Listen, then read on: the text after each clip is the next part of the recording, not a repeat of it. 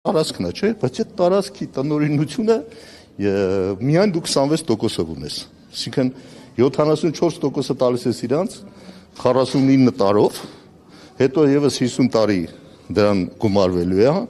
եւ եթե այնտեղ մեկը կասկածում է, որ ամերիկյան ամբողջական վերահսկողությունը եւ ամերիկյան ամբողջական լիարժեք այս գործընթացը իրականացնելը ինչ որ սահմանափակում է ունենալու,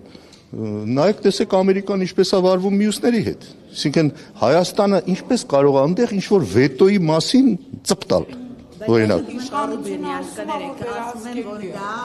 իշխանությունների ասելով մենք էլի իշխանությունների ասելով մենք ունենք արդեն մեր երազած Հայաստանը,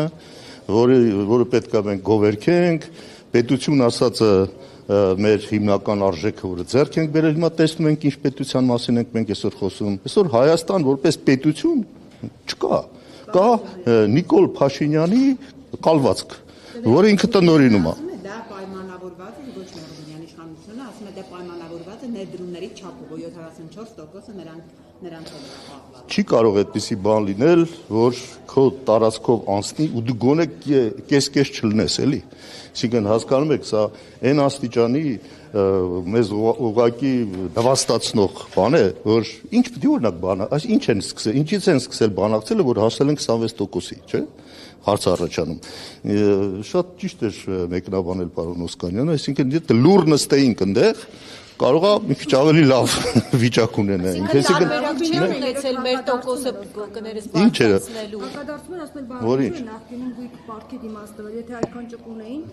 գույք պարտքի դիմացը բազմիցս բացատրվել է, թե ինչքան օգուտ է տվել Հայաստանին, եւ գույք պարտքի դիմացը այսօր էլ ապացուցվում է, որ այն գործարանները, որոնք չէին աշխատում, առնվազն սկսեցին շնչել, հիմա դրան չանդրադառնանք։ Իրանք այնքան բաներ են աղավաղում, իրենց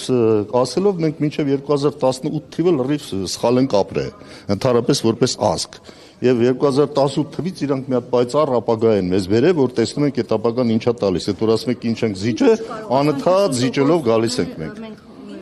Ինչու չկարողացանք, որովհետև մենք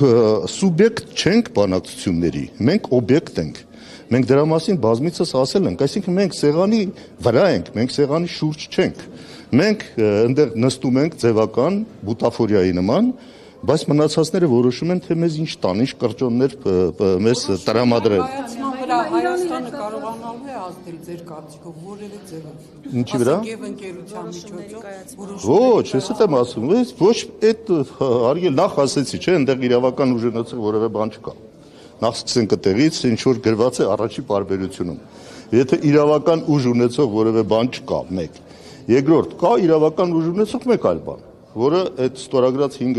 կետերից մեկն է, որ անխոչնդոտ պետքա կապ ապահովի Ադրբեջանի երկու մասերի միջև։ Այսինքն այդ անխոչնդոտ կապը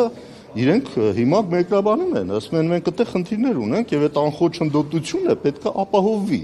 Դրա հետ կապված մանրամասնություններ կան եւ դեռ լինելու են։ Հիմա սա ինչ է նշանակելու։ Հիմա տեսեք, իրենք նաև ասում էին, որ մենք այնտեղ ներկա ենք լինելու, սահմանապահ, որպես անձնագրեր են մենք ստուգելու, սահմանապահություն ենք անելու, մաքսային մենք ծառայություններ ենք անելու, բայց խորամանկորեն գրել են front office, back office հասկացությունները։ Սա ինչ է նշանակում։ Սա մենք լինելու ենք back office-ում, ընդ միտեղ նստած, front office-ը լինելու է նա ինչ որ կորոշի ամերիկյան այդ կազմակերպությունը եւ կապահովվի Ալիևի պահանջը։ Այսինքն իրանք չպետք է տեսնեն հայ ոստիկանի կամ հայ սահմանապահի դեմք։ Այսինքն էլ եմ ասում, հասկանում եք, այսինքն մենք անընդհատ այն ինչ որ լսում ենք օրինակ, դժբախտաբար եմ դա ասում, դժբախտաբար, այն ինչ որ լսում ենք մեր հարևաններից, թուրք-ադրբեջանական տանդեմի կողմից, դրանք իրականացվում են։ Այն ինչ որ լսում ենք հայկական կողմից, դրա հակառակն է տեղի ունենում։